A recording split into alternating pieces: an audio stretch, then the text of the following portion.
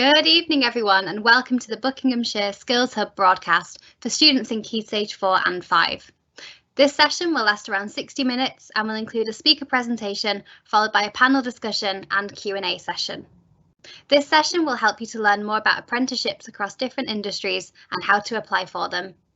Questions for our speakers today can be submitted via the Q&A function on the right-hand side of your screen, and this will be open throughout the session. I'm delighted to welcome our first speaker, Claire Reeves, Area Manager for Buckinghamshire and Oxfordshire at Advisor. Claire, over to you for your presentation. Thank you very much for having me today. So my name is Claire Reeves. Just to give you a bit of background, I'm here to talk on behalf of the Education and Skills Funding Agency, but my background is actually somebody who used to recruit apprenticeships and set up apprenticeship programmes within a large engineering organisation. As you're aware, it's National Apprenticeship Week, so I've been delighted that I've been able to take part in lots of events this week to bring together lots of people who are really passionate about apprenticeships and to sort of celebrate the career paths that they can lead to. There is still a huge amount of myths out there about apprenticeships, what they used to be like, compared to all the excellent opportunities that are available today. So hopefully for the next sort of few minutes, I can just talk you through and explain a little bit around the landscape of what apprenticeships are, how they can offer you an option. And I think it's really important that many of you on the call today may feel that you know what route you want to take, or your child might be going on to university, but plans can change. So I think it's really important that you have all the information, all the options available to you. And apprenticeships are something that you can join at any stage of your career. So if I could have the next slide, please. So I want to talk to you around what are apprenticeships. So the first thing to note is you are employed from day one. The difference with an apprenticeship is that you put in an application as you would for any other job opportunity. So they are competitive. You can put in applications alongside UCAS. You're not limited to how many you apply for, but it is a job from day one. With that job comes a guaranteed qualification towards the apprenticeship, and I'll talk you through those levels and what they look like in a moment. You're paid a salary. Now, there is a national minimum apprenticeship wage, which is £4.30, and you might think, oh, that sounds a little bit low. But actually, you might be joining an industry that you've got no experience in, and the qualification is paid for by the employer. The salaries can look to rise quite significantly because you'll be building up work experience, knowledge, and the qualification as you progress within the organisation. You'll have a contract of employment. So like any other employer in the organisation, you'll be entitled to things such as sick pay, holiday leave, possibly medical benefits. So you have a contract with the employer. The apprenticeship works by you're doing a day job for 80% of the time. That means 20% of the time you'll be doing your studies. The way that an organisation runs an apprenticeship can vary, so it's really important that you research it. What can happen is you can have day release to a local college or university, or it'll be linked with a training provider that might be online. If you're joining a large organisation, it might be that they get all the apprentices together and somebody comes on site. So it's really worth investigating what you're applying for and what that looks like in the organisation. The minimum an apprenticeship can last is 1 year, but depending on the training programme, they can be up to 6 years. For example, if you're looking to become a solicitor. There are 600 standards currently, and this number's grown all the time with investment from the government. There's at least 1,500 jobs in the apprenticeship marketplace today, which is just astounding when you see some of the career paths that you can go into that might be a surprise. You can get a degree with an apprenticeship, and I quite often get asked, but is it the same degree as if I was to go to university? It's exactly the same qualification, and it's being paid for and you're getting work experience while you're doing it. It's a real job. There's a lot of myths around, is it doing the photocopying, making the tea?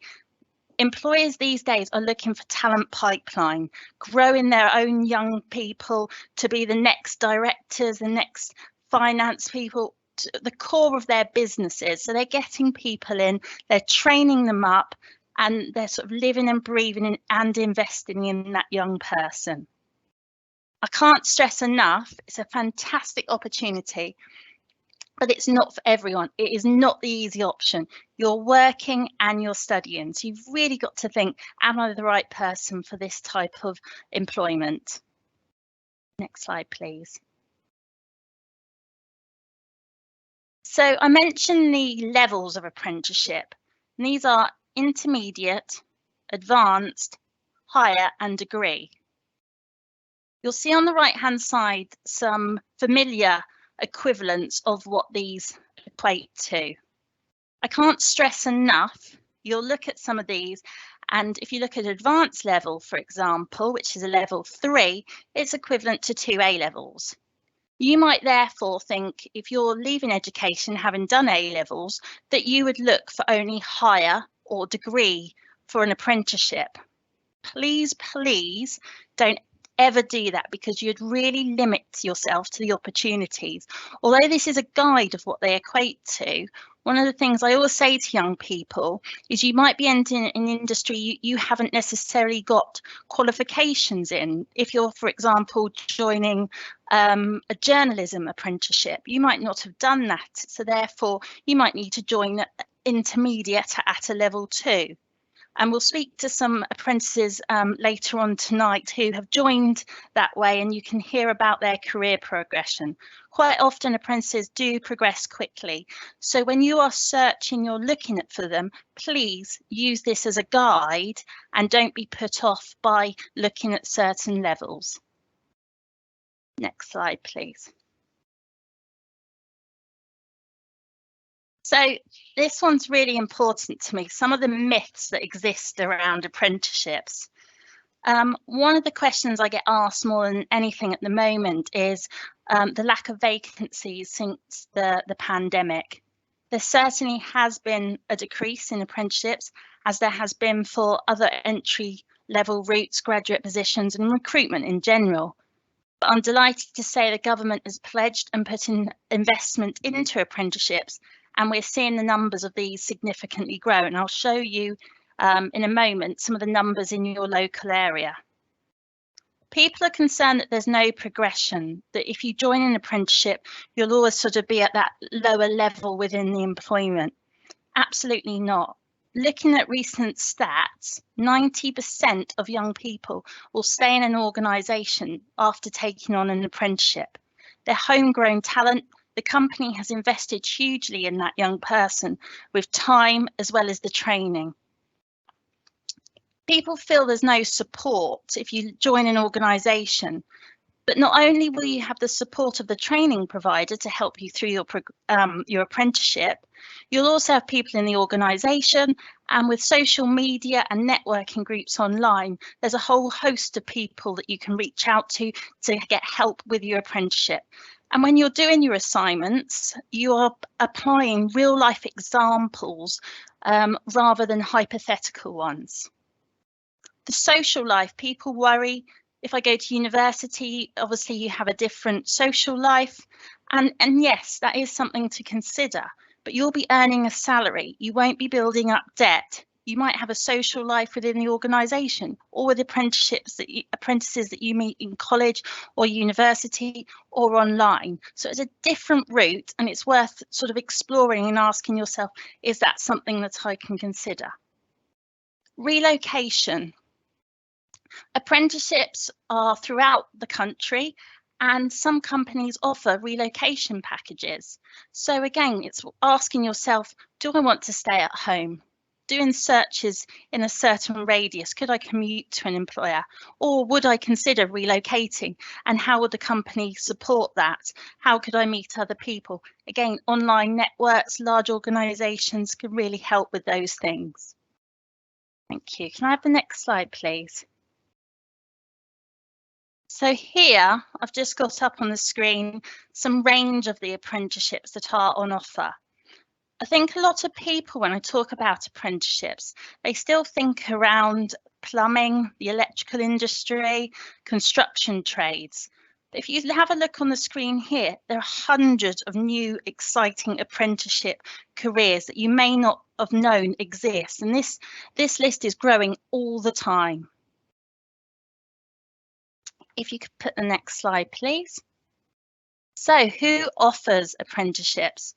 So on this screen, I've listed a large organisations, and I'm sure these are names and that you're aware of and you know. 50% of apprenticeships are within large organisations, and that means the other 50% are in smaller organisations. A lot of people think going for the big names are going to guarantee you the better career progression. But I have to stress that actually some small organisations have fantastic apprenticeships. So please research companies, have a look at them, what they offer.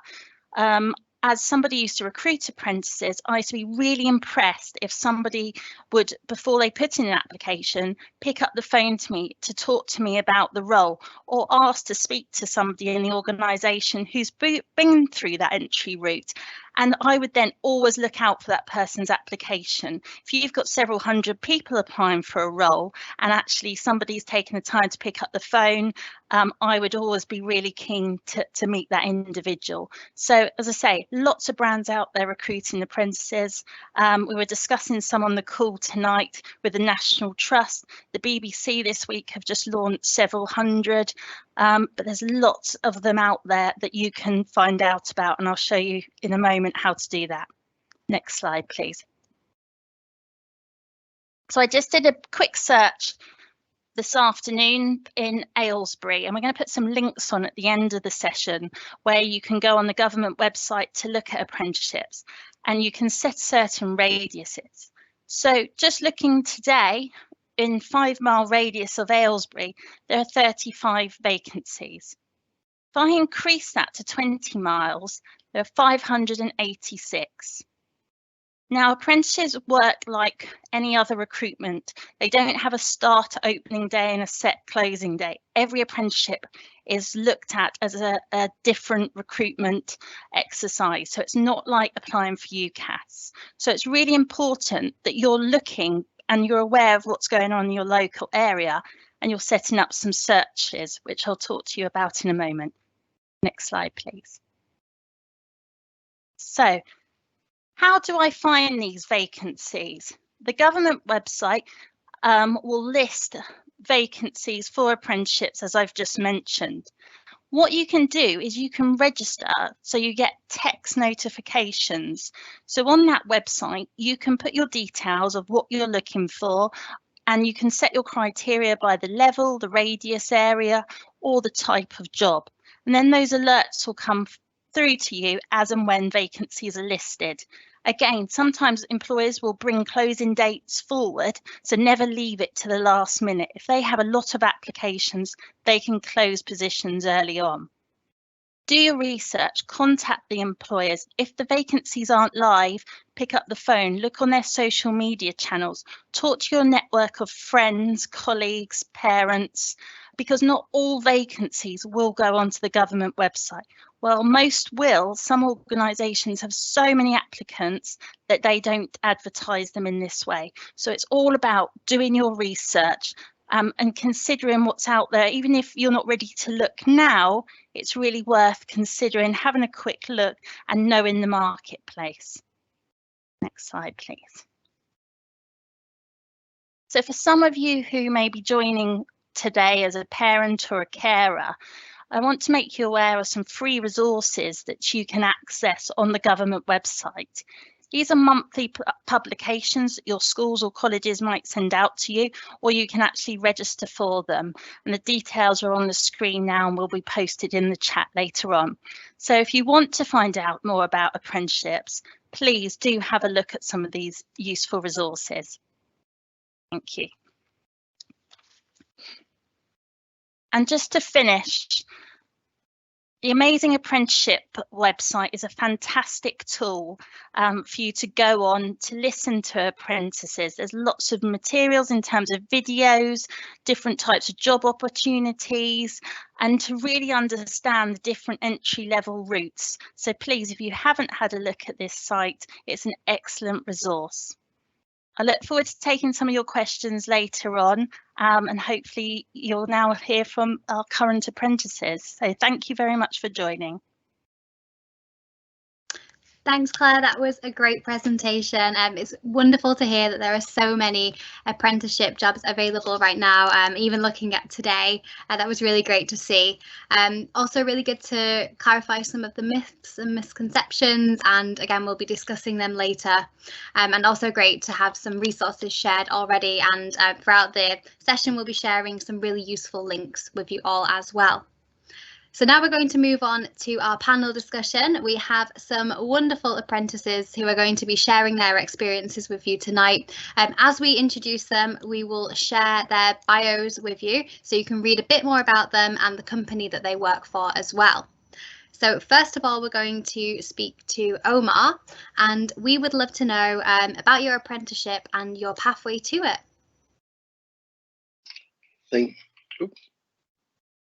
Thank you very much for that, Charlotte. So I actually went to university. I studied and I worked for a while. When I sort of looked around to support that employers sort of give and sort of reskill and retrain, I found that a pathway for an apprenticeship is not just after school, it's for anyone that sort of wants to pick up new skills, that wants to find a supportive employer. So in applying for a program, I didn't necessarily have a career in mind. I wanted to sort of be supported to try new things and to pick up the experiences throughout my journey. I'm in my second year now. I've got a year to go, and I can honestly say that I've enjoyed it so much. I feel supported. I've picked up a range of skills that I could never really imagine, and the entire time I've built myself up and I've progressed in my career. I'm enjoying my time so far. I'm looking forward to the rest of my journey. Thanks, Emma. It's really great to hear that you're enjoying it so much. Ayman, we'll move on to you next, please. We have the same question for you. We'd love to know about your apprenticeship and your pathway to it. Hi, everyone. My name's Ayman. So I think I need to start off by saying I didn't originally plan on doing an apprenticeship. I'd also applied for university to go study history and politics. And yeah, I kind of blindsided the idea of apprenticeships for a while, because I just saw the big fat list of them. And sometimes when you see so many things, you just kind of get pushed away from it. And I think I also did have that really bad misconception of it, that I wouldn't have that same rank or that same like image to it like you would when you normally go to university. But after I'd applied for university, I thought about it more and I was like, you know what, it doesn't sound like a bad idea at all. So I studied my A-levels in history, politics and sociology. So they're very people orientated. And when I started studying my A-levels, I kind of realized that I needed to put myself first. I needed to start thinking, you know, I need to start doing things for myself because no one else is going to do it. So my school started the Bridge to Employment program. So this is run in collaboration with Johnson & Johnson. So you might recognize the name. So that's baby products and baby powder. You'll see it around a lot. So with Johnson & Johnson, it's divided into 3 sister companies. So you have medical devices, so that's hip replacements. And then you have the consumer, which is Johnson & Johnson. And then you have Janssen, so that's the pharmaceutical side of it. And, you know, I joined this program and I just kind of went into it completely blind. I didn't know what it was going to be about. And I learned so much. So it was about career skills, you know, simple things, you know, shaking hands. You might think, Eamon, what do you need that for? But, you know, first impressions make a huge difference. And I started to learn more about myself and, you know, the things that I enjoyed. And with Bridge to Employment, we had mentors who were doing placement secondments in Janssen. And, you know, you learned so many things about the medical sector you wouldn't have known. The only thing I knew was that there's the NHS, and the only way I could get in was if I became a nurse. But, sorry. Yeah, I thought maybe the only way to get in is nurse doctoring. And I had seen a whole new field of, you're making these drugs and these things to help patients, and you're helping to save lives. So, after the Bridge to Employment programme, some of the senior mentors had reached out and said, Janssen's doing a degree apprenticeship. Would you like to do it? And, as much as I said, as much as you might think, yeah, okay, let's do it. You have to go through the whole assessment process, and, that wasn't as fun. But as soon as I got into it, it was, it's like the best decision I've ever made. So in my job, I help marketing certain products. So this is in cell and gene therapy, which is a new area for our company, and it's helping to market these products to the healthcare organizations and professionals. And the way my program's sorted out is that I'm studying for 3.5 years and working for 3.5 years with a level 6 degree. Thank you. Thank you so much. It's great to hear that there's been so many learning opportunities for you, and also that you didn't know if you wanted to do it at first, and obviously you'd heard some misconceptions about it, and still decided to do your research and choose an apprenticeship anyway. So great to hear. Thank you. Megan, we'll move to you next. We would like to know about your apprenticeship, your pathway to it, and then also after that, if you could talk to us about the pathways for getting onto an NHS apprenticeship, because I know it's a little bit different. So we'll start with yours first. Hi, so getting into my apprenticeship, I think I know you said to move on to it, but starting off with the big difference with NHS apprenticeships is that you do already have to be employed. So I was already employed by Buckinghamshire Healthcare as a nursery nurse. I had been working with the trust for about 5 years. I worked in maternity and I worked in the neonatal intensive care unit and did some shifts over on paediatrics. And very much like Eamon and Omar, I'd never really considered an apprenticeship. I was actually looking at applying for a funded degree through the trust, which is something that they used to do through secondment, when my ward manager at the time said, well, actually, we're moving away from traditional secondments and into apprenticeships. You can do an apprenticeship in nursing. It is still a Bachelor of Science degree. It's a level 6. It's the exact same qualification, coming back to this kind of misconception that maybe it's easier or it's different or you're not as qualified. And you can go through that. So I started doing that. We did the sort of the 80-20 split, although I think we were off the job slightly more than 20% of the time, because we do a lot of practical clinical placements, and to be able to register with the Nursing Midwifery Council, you have to have done a certain amount of hours. So we maybe spent slightly longer off the job than other apprentices, but we had kind of block weeks in university, and I did 3 years. It is slightly different now. So I've just got in front of me, which I believe you'll be sharing afterwards, but now the route in is to be working for the trust already. Then you complete your nursing associate degree, which is a foundation degree at level 4. And then you move on to the registered nurses. So the associate's degree takes 24 months, it's 2 years. And then you move into the registered nursing degree, which is the level 6, which takes 18 to 24 months as a top-up course, depending on the qualification you've already got, and kind of how you do as you go. So I actually qualified last year, so I'm not a current apprentice, I'm a past apprentice. And I'm now working as a registered nurse in Children's A&E at Stoke Mandeville. So they've really invested in me. They knew that was where I wanted to be, and they've put me through it and put me into the job that I really, really wanted to do. So it was such a great opportunity and just something I'd never considered. I didn't realise you could do it to become a nurse. So very lucky to have been given the chance. Thanks, Megan. Yeah, it's great to hear your story from it as well, that you finished your apprenticeship and you're in a job now that you love doing. So thank you for sharing that. We'll move to Courtney next. We would like to know about your apprenticeship role, and we can see from the bio that we're sharing with everyone now that you really like the fact that you can earn and learn at the same time. So when you're talking about your apprenticeship, we'd love to know what attracted you to it as well. Yeah, so I've been in my apprenticeship for a year now, and I'm coming to the end at the end of this month actually. And I've managed to already secure a permanent position at Buckinghamshire Council. And what attracted me to the apprenticeship was the fact that you can learn and earn and keep growing in your organisation.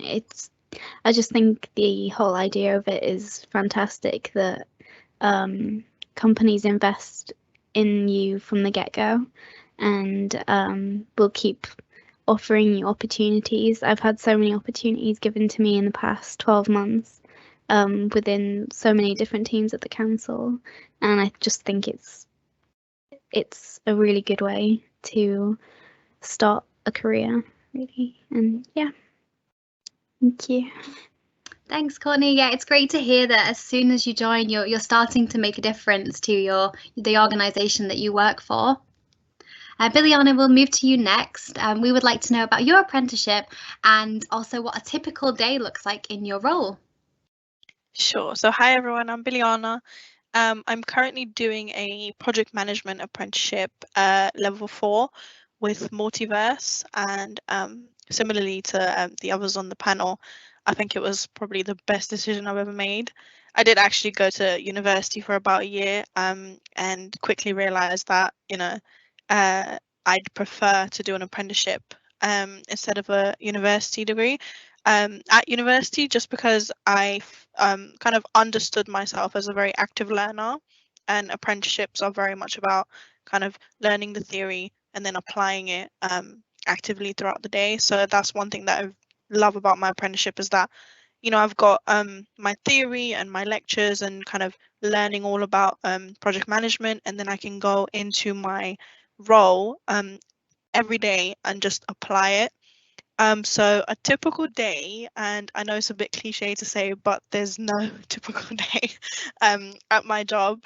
Every day is different. Some days are, you know, spreadsheets and just tracking, and it's, you know, it's the same task. And some days are everyone's pinging you and everyone needs you and you have to be at, you know, 100 places at the same time. So so the way I kind of balanced my apprenticeship and my work life is, in the morning, I would get some emails done, because if you know anything about emails, you have about 100 of them in your inbox. So the emails are the first thing to go. And then there's a few calls in kind of the mid sections of the day that you have to attend, some team calls, especially with the whole COVID situation. We do try to kind of make sure that we communicate well as a team and catch up, make sure everyone's good and connected. And then again, I might work on some stuff like work experience or schools outreach. And then I usually put away maybe an hour every day to my apprenticeship. And I should say that throughout the day, when I'm completing any tasks that have been given to me, or tracking anything through work spreadsheets, all of those tasks that I'm completing in a way, so I'm using kind of the techniques that I've learned on my apprenticeship to complete those tasks. So that's kind of how I've put the theory into practice, and it's really good because then you can kind of find your way around and see what works and see what doesn't. Obviously not all techniques in project management are my favorite. You know, you like some, you don't like some, but you find your ground, and that's why the active part of it, the application of the theory, is important to me. But yeah, the end of the day is usually dedicated to my apprenticeship and any work that I have to do, any assignments. I try not to fall behind. There's obviously times where work gets a lot, and you know, it's just piles on piles. But I always dedicate. It will either be a Friday, a whole Friday I dedicate to my apprenticeship, or I'll kind of space it out in blocks of 1 hour every day. So yeah. Thank you. That was a great insight into a typical day. And as you said, it might be a cliche, but it's really good for students to know that on an apprenticeship, you can have a role where no day is the same. And I know that attracts a lot of people to a role. Also great to hear that you're able to use the skills that you've been learning throughout your apprenticeship every day as well. So thank you so much. Next, we'll move back to Omar. We would like to know what you enjoy most about your role. Hello. Oh, yep, can you hear me okay? We can hear you. That's great. Wonderful. What I enjoy most, one of the unique things about Cisco's degree apprenticeship is the fact that it's rotational in structure. It means that you come in and you don't have to have any firm ideas. I think when Cisco are bringing applicants in, it's looking at your potentials, then looking at what you can sort of achieve in the future. But that doesn't have to be that you need to be an engineer. You're not coming in to be in HR. You're not coming in to be in marketing. So in my first year alone, I tried 3 different roles. I jumped across something called service delivery. I was in the sales role and also done project management. You sort of realize that there's a lot of commonality about what makes an apprentice successful in the roles. But there's certain things that sort of grab your interest more than other things. I found that I like the project management because you sort of brought people and things together, but also like the sales aspect because you're out there on your own and you're speaking to customers hand to hand, which is sort of the tipping point of the entire organization. So I think that's the main thing that stood out, the opportunities and the fact that you don't have to define yourself at an early point. You can sort of take that time to find out what your skill set are, build them up, and then sort of arrive at where you want your apprenticeship and ultimately your career to arrive at. Yeah, really good to hear that you've been given the time to try a different few things out to see what works for you. Next, we'll move to Eamon. We'd like to ask you the same question. What do you enjoy most about your role? Well, I still think I'm still quite early into it. It's only been about 6 months, so I think it's still exploring what's still going on. But what I enjoyed the most, and I think it's something that's quite common amongst all Janssen employees, is that we're very patient driven, because at the end of the day, what we do is going down the path of going to help a patient, and I think that's what drives it a lot. So when I am doing these projects where it's trying to give an example without getting in trouble. So let's say we're creating a manual or a journal for patients to see or doctors to see. It's great to be able to explore what they think, how they see things, what they like, what they don't like. And you might think, oh, Eamon, that's just so boring. But when it is really driven by that purpose to help people, it means a lot. It means the world, because at Janssen, in our credo, as much as it is about the patients, it's about making sure the employees are happy. And that's what I love about the job. Yeah, it's really great to hear that you're making a difference. And we'll move on to Megan next. I know you have a role that definitely makes a difference. So we would like to know also what you enjoy most about your role, and then where the young people listening today can learn more about nursing and other NHS apprenticeships, because I know we've had quite a few young people ask. Wow, what do I enjoy most about my role? It's so rewarding. It can be very, very challenging, but the helping children, young people feel better when they're at their poorliest, helping support families during what is a really difficult time, just being able to provide that, the emotional support as well as the clinical care we give.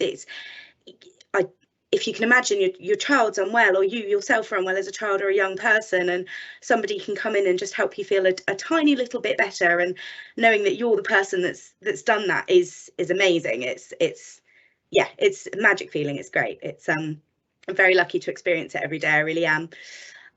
Getting into apprenticeships, as I previously mentioned with the NHS, you do already need to be employed through the trust. I know particularly at Buckinghamshire Healthcare, we've got a really, really great education team. So I would say they are probably the best people to talk to. Getting in touch with them, I would guess probably best to go through the communications department at the hospital, who are very active on social media. I know they're on Facebook and Twitter, so they should be able to put you in touch with the right people to talk to. Getting into the NHS jobs is your goldmine. You can register for alerts for specific jobs in specific areas. So I know for me, when I was looking for the job that I initially went into, I specifically alerted for jobs in maternity within 30 miles of home for me. And that's how I ended up working at Stoke Mandeville on maternity and then progressed through. So yeah, NHS jobs and the apprenticeship websites that have already been mentioned here. And then it definitely, as was previously mentioned, getting in touch with the education team at the trust is invaluable, and it's so impressive that somebody will go sort of out of their way to be like, I really, really want to do this. How can you help me do it? So I think that would definitely be sort of my advice on getting into it. Thanks, Megan. That was really, really useful. Courtney, we'll move to you next. I know that we've discussed a lot tonight about lots of different misconceptions, and the panel have already shared their experiences. Claire gave some great answers too, but are there any other misconceptions that you've noticed that people might have about an apprenticeship, any that you had yourself, and what you would say to demystify them? Yeah, so I would say one of the biggest misconceptions of an apprentice, of being an apprentice, is that you get handed all of the work that nobody else wants to do. I really don't think that's true, because as an apprentice, you're just seen as not any other colleague. You're not seen as a student. You're seen as everyone else is in the team.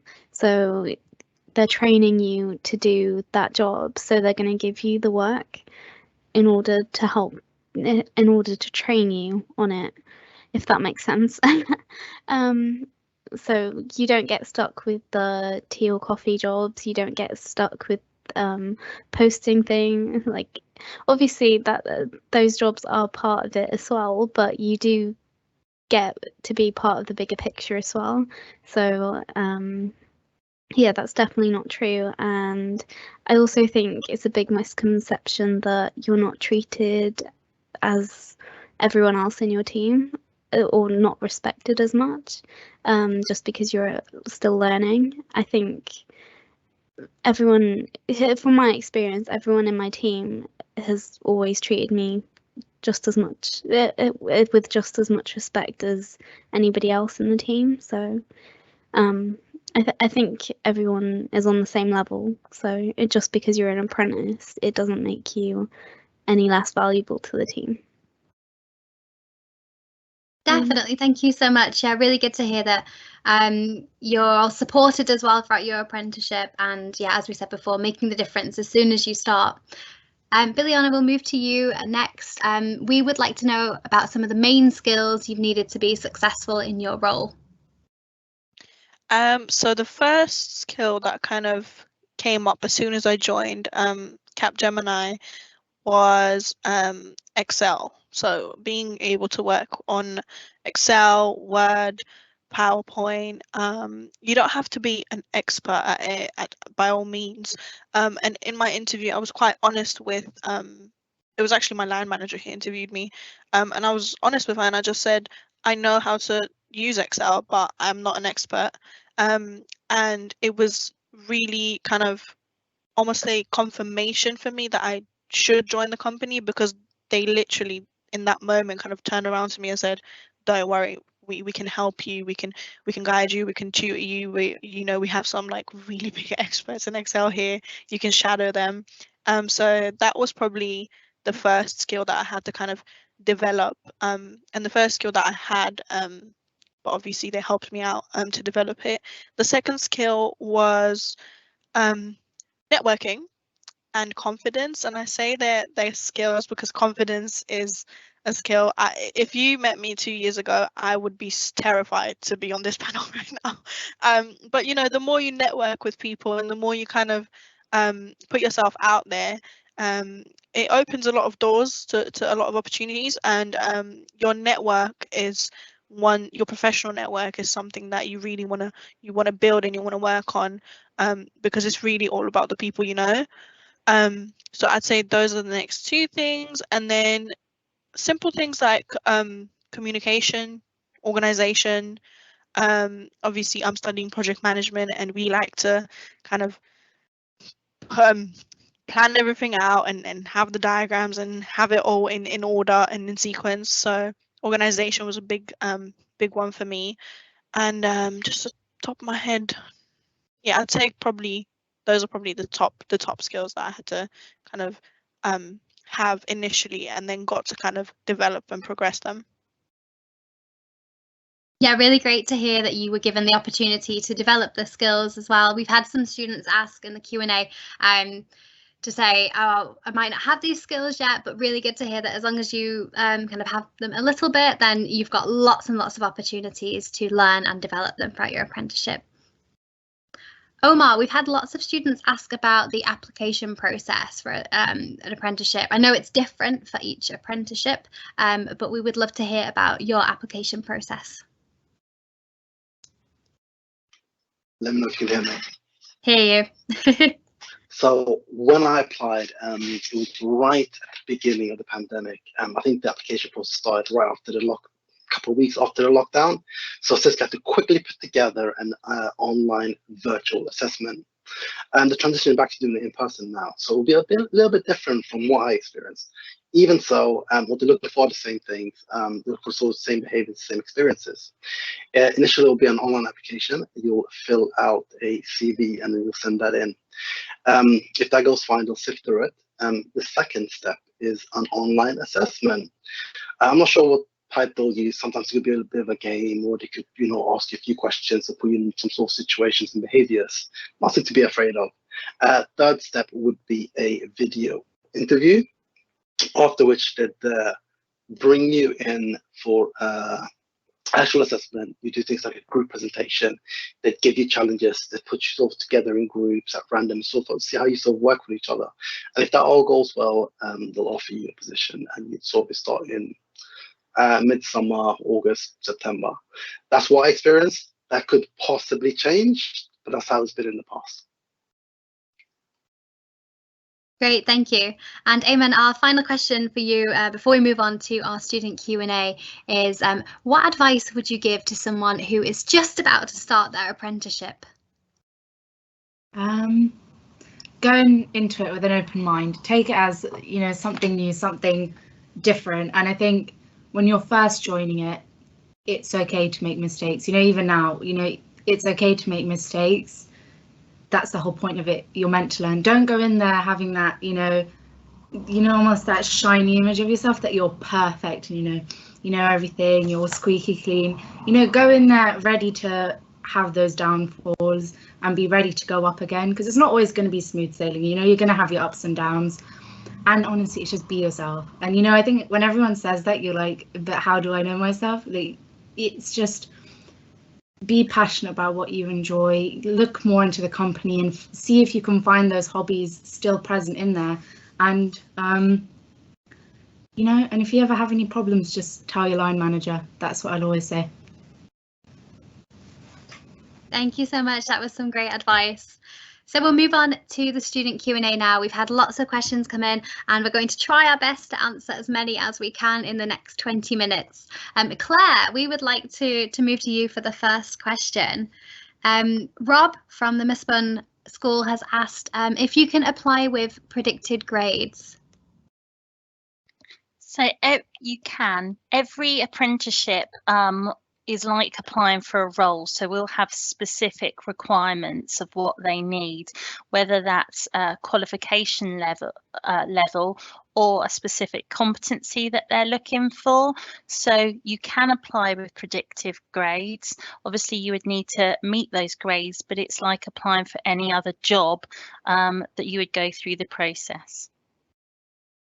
And we'll stay with you for the next question. Rob would also like to know what type of support is available to help people identify the type of apprenticeship that might be right for them, and then also in enrolling onto an apprenticeship. And they've given a degree apprenticeship as an example.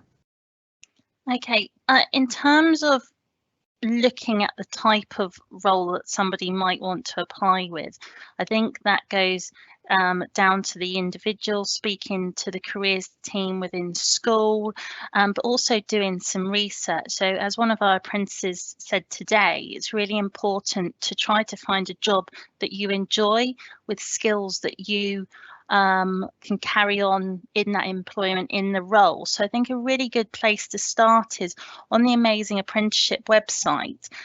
There's a document called the A to Z of apprenticeships, and that document lists all the current apprenticeships available, the levels that they start at, and it might just be a good place for a young person to start to say, actually, I didn't even know an apprenticeship existed in that, or that really interests me. So they then could go into explore in more depth of that specific apprenticeship and the skills that they've got. Hopefully that's answered your question. Thank you so much. I think it did. We'll move to Megan next. Megan, Leanne would like to ask you if you found it difficult to simultaneously study and work at the same time. I have to be completely honest and say yes, it was a challenge. Particularly, I mean, I can only speak from my experience of working in the NHS and doing an NHS apprenticeship. We do long shifts. We do, you know, quite often the shifts are 12.5 hours total, but you do then get more days off during the week. You have to be very, very disciplined. You have to really push yourself to study from home, to complete your assignments, and to study for your exams. It can be challenging, but I found that when I was doing my apprenticeship, everybody in my cohort, because they already worked for the NHS, they already knew exactly what it was like. Everybody really wanted to be there. We were all so passionate about our jobs and what we were doing and progressing and moving forward, that, you know, everybody had that drive. So I think if you find something that you love, whilst yes, it can be challenging, it's absolutely worth it, and you are prepared to take on that challenge and push yourself through it. So, you know, long story short, yes, it is difficult, but you just have to find the balance that works for you. It's different for every person, but once you do, it's great. It works really well. Thanks, Megan. Courtney, we'll move to you next. Caroline would like to know if you have any top tips for your CV or your application for your apprenticeship. In terms of CV, I think it's important not to put paragraphs and paragraphs of information, because I just don't think employers have the time to read it. So it's important to have all of the relevant information, but maybe to put it in bullet points, or just simplify how you say it, instead of going into large amount of details. Don't think about adding too much colour to your CV, because it can look quite unprofessional as well. And with interview processes, I think everyone's nervous, and employers understand that. And as long as you can answer the questions to the best of your ability, then that's just do your best, really. Like, everyone's going to be nervous and they understand it, so yeah. Great, thank you. And Biliana, we'd like to move to you next to ask if you have any other interview tips as well. Yes, so the obvious one is to do your research on the company. I know that when I was kind of preparing for my interview with Capgemini, I kid you not, I probably spent hours and hours just researching, one, into the company, and then two, into your specific role that you're applying to. And I think with your CV, you always have to kind of tailor it to the role that you're going for. So in terms of the interview, I'd definitely say firm handshake, just the way you present yourself, really. It's simple things, but they really do matter. And I had 2 people interview me at the same time.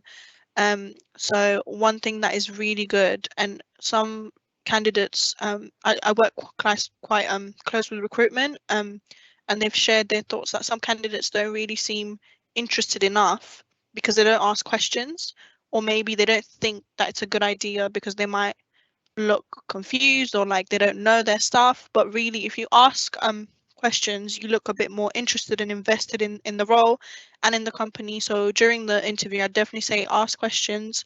And like Courtney said, you will be nervous, but you have to kind of fight through it, and they do understand that you're nervous, as long as you kind of present yourself in the best light, and then kind of fake it till you make it if you have to, in terms of confidence. And yeah, I'd say one thing that is really good to kind of have on your CV and talk about in an interview is if you're doing volunteering work. I'd say that's something that is really good to mention, because it kind of shows the person in front of you that you're willing to put in extra work because you're passionate. So yeah, that's what I'd say. Thank you so much. That was a great answer. Claire, we'll move back to you. We've had a question from David. Now, obviously, there is no direct route on what you will do in the future, and we're not saying that an apprenticeship is what you should do or a degree is what you should do. We're just giving people information about everything. But David would like to know some of the benefits of opting to do an apprenticeship, maybe rather than do a degree at a university. That's a really good question. And as you rightly say, that it's horses for courses of what's right for the individual. But doing an apprenticeship means you are getting a qualification and an experience.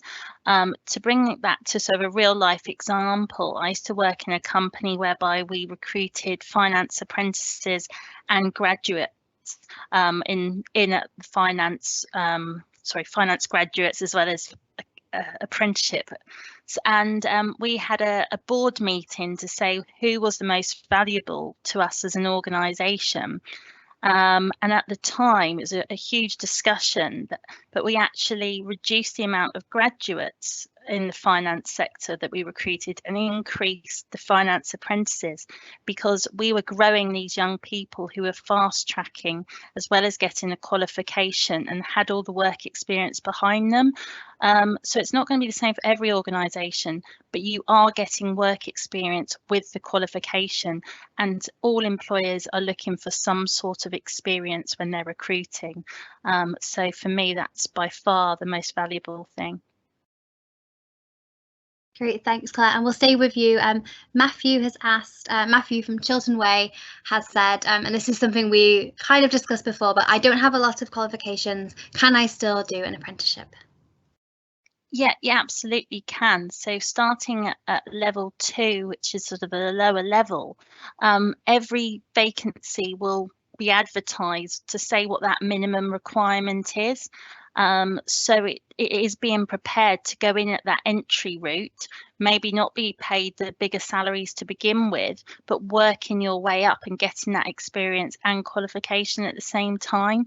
So it's all about doing your research and going online, seeing what vacancies are out there that meet what you're looking for in terms of the sector and the qualification route, so that you can speak to organisations. As I mentioned in my presentation, it's always worthwhile picking up the phone, speaking. If you've seen a job advertised and you think, oh, I'm not quite meeting all the specification for that apprenticeship, pick up the phone, talk to the organisation and see how you could fit in. And there's always going to be a way, whether it's building your CV up in a different way, but it's doing your homework.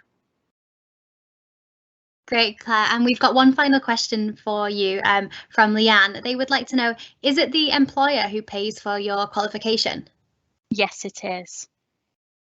So obviously there might be terms and conditions built into your contract. I know some organisations, for example, if you leave within a certain amount of time, there might be some payback of that tuition fee, that qualification. As you can imagine, for example, the higher levels, it's quite an expense for an organisation to put somebody through that. But yeah, absolutely, all qualifications are paid for by the employer. So they really are investing in the young person. Wonderful, thank you so much. To finish off the session today, we would like to ask all of our panel members if they could describe their apprenticeship in one word. You can just say your one word, or you can give your description as to why you've chosen that word as well. It's completely up to you. So Eamon, we'd like to start with you, please. My word? See, it's quite hard to just put it down into one word, but I would say that it's purpose. Purpose is the big word, because it's more than just helping patients. You're creating that environment where you're supporting the families, you're supporting wider organisations, government, maybe NHS a bit, and it goes beyond that as well. It goes cross borders, it goes beyond what is present here in England as well, and I think purpose is what brings it all down to. Thank you. Courtney, we'll move to you next. I'd just say it's been an incredible experience.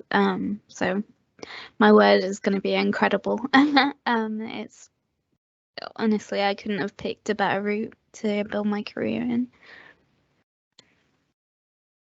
Fantastic, thank you. Omar, you're next.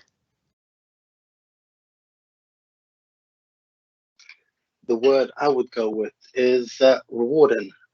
When I look on the breadth of experiences, the people that I've met, the chances that I've been given, when I look back on where I started and I see the progress that I've made to where I am now, the only thing I can think of is what a rewarding experience. And I feel like most people should consider a route such as an apprenticeship.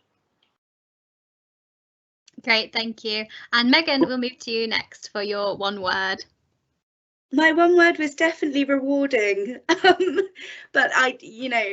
for the same reasons and different reasons, it's an incredible experience, as I've said, and being able to work for the NHS. I'm one of the biggest teams, or one of the biggest families in the world, and it's an incredible experience being able to sort of start almost at the bottom, work your way up. Everybody knows you. You are so well supported. It's amazing. It's great, but rewarding, definitely. It was lovely to hear that word has been used twice, because a lot of people do enter a career because they want it to be rewarding. So really good to hear that you get that from an apprenticeship. And finally, Biliana, we'd like to know your one word. This is a really hard question, but I would say transforming or transformational, just because, you know, it's been a great journey, and it's been a challenging journey, but an enjoyable one. And I feel like from when I started to I'm almost at the end of it now, I feel like professionally and personally, I've kind of transformed for the better. So yeah. Thank you so much. And thank you to our wonderful panel for tonight, for sharing your experiences about your apprenticeship, and your top tips for application process, interviews, and telling the students about the misconceptions as well. Also, thank you to Claire for your presentation. I think we took so much information from it, so thank you so much. Also, a huge thank you to everyone who tuned in and joined us today. We've really appreciated having you with us. We've posted a feedback form in the Q&A thread, and it would be great if you could complete this. Thank you everyone for tuning in, and have a wonderful evening.